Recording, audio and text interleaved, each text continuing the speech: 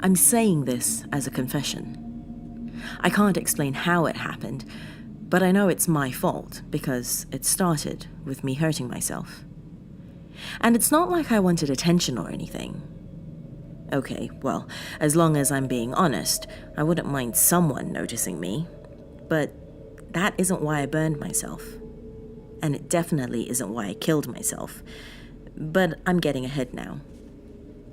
I was in class one day when someone set a fire in the chemistry lab. Probably Jason.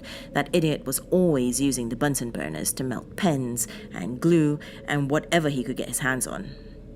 Anyway, the fire drill started and the whole high school was paraded out into the parking lot like we practiced during drills. Everyone was laughing and screaming, and I'd just gotten out of a math test I wasn't ready for, so I didn't mind. While we were standing in the parking lot, I overheard Lisa say that Sammy, the kid in the wheelchair, got stuck on the elevator during the drill.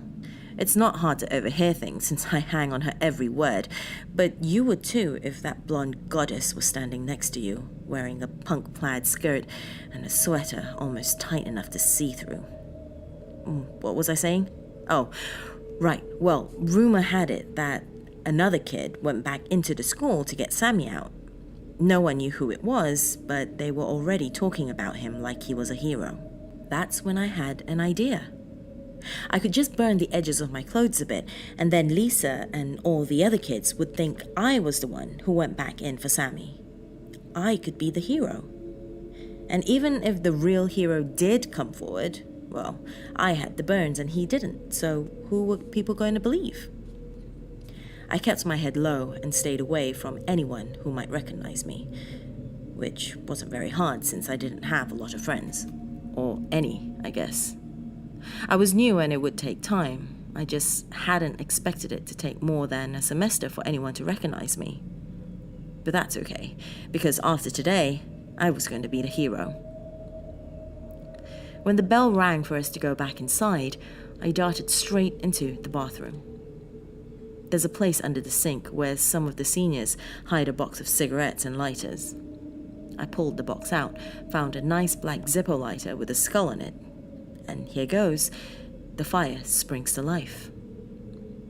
Well, turns out polo shirts don't light up as easily as I was expecting. I blackened a few hairs, but this wasn't nearly enough for people to think I walked through a fire.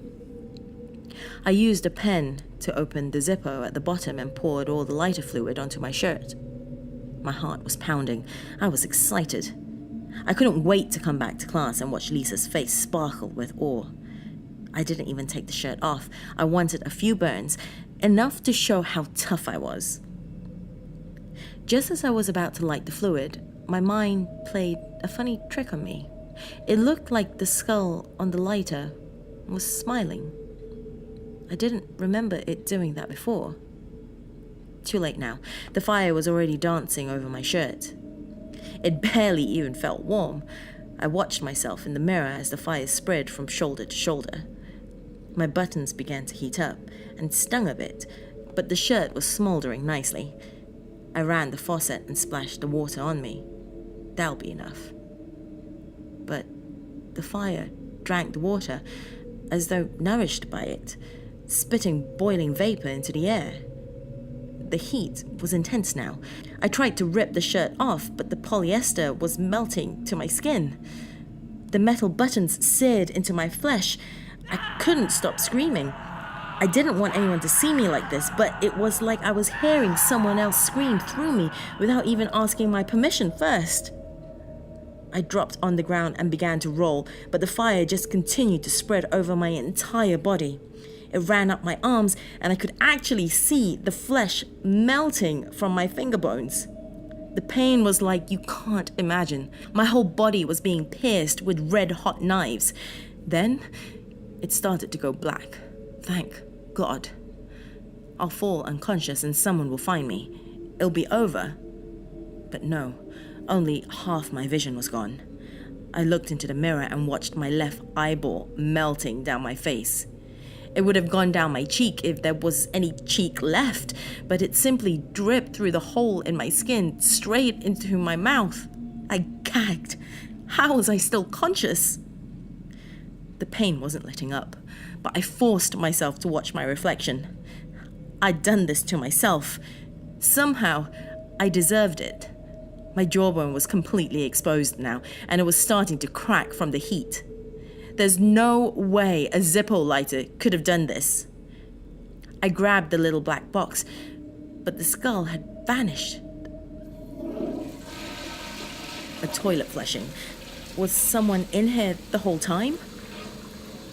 I tried to turn my head, but my spine was too weak to support me and started collapsing in on itself. I crumpled to the floor and watched as a bathroom stall opened.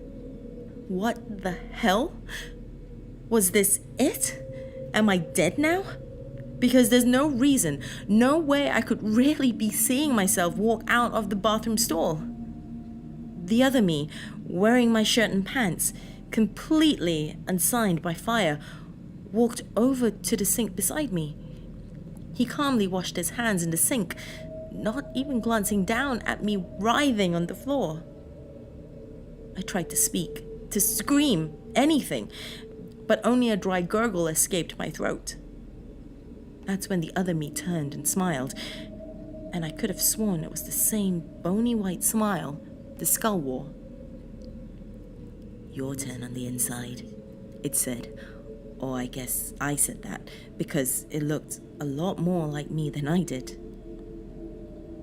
Then, everything went black. Only, I could still feel every inch of my burning body and hear the wet plop of my skin sliding down my bones onto the floor.